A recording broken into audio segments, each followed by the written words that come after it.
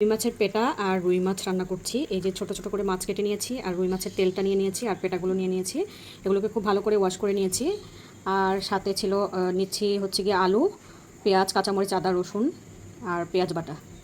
এখন আমি পরিমাণ মতো তেল দিয়ে নিচ্ছি, অল্প করে দিব কারণ মাছের মধ্যে যথেষ্ট তেল আছে, তাই আমি একটু কম দিব তেলটা। এখন দিয়ে দিচ্ছি পেঁয়াজ আর কাঁচামরিচ। পেঁয়াজটা একটু হালকা হয়ে আসলে আমি এখন সব মশলাগুলো দিয়ে দেবো।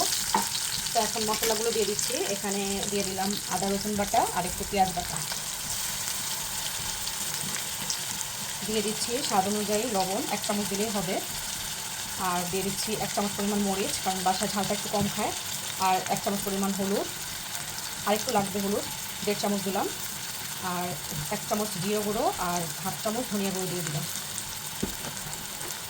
হালকা একটু পানি দিয়ে কষিয়ে দিতে।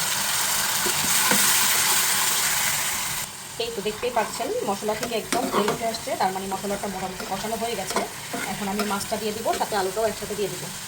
তো এখন আমি মাছ আর তেলটা একসাথে দিয়ে দিচ্ছি। এখানে মাছের যে কলিজা, পেটা, তাতে হালকা একটু ডিমও হয়েছিল।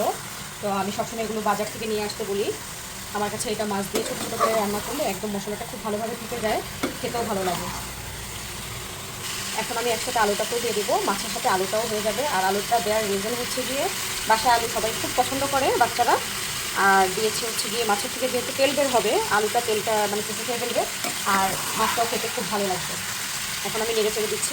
এটা আমার নাড়াচাড়া হয়ে গেছে, এখন আমি ঢাকনা দিয়ে দেবো। মোটামুটি একটু হয়ে আসছে, এখন আমি আর একটু নেড়ে চেড়ে দিচ্ছি। নেড়ে চেড়ে আমি একটু হালকা পানি দিয়ে দিব, আর দিব না পানি, এতটুকু পানি দিয়ে আমি সিদ্ধ করে ফেলবো। অল্প আছে আর কি, মিডিয়াম থেকে একটু কম দিব আঁচটা। এই তো মাছটা একদম সিদ্ধ হয়ে যাবে, ঝোল থাকবে না, একদম মাখা মাখা রান্না করব। আপনারা এভাবে করে রান্না করবেন, সবসময় দেখবেন খুব মজা হয়। তো আমি এখন আবার ঢাকা দিয়ে দিচ্ছি প্রায় 10 মিনিট 15 মিনিটের জন্য। 15 মিনিট তো লাগবেই, একটু পরে আবার আসতেছি। এই তো মাছটা প্রায় হয়ে আসছে, এখন আমি ধনিয়া পাতা দিয়ে দিব। এখন আমি ধনিয়া পাতা দিয়ে দিচ্ছি, বেশি করে ধনিয়া পাতা দিয়ে দিলাম।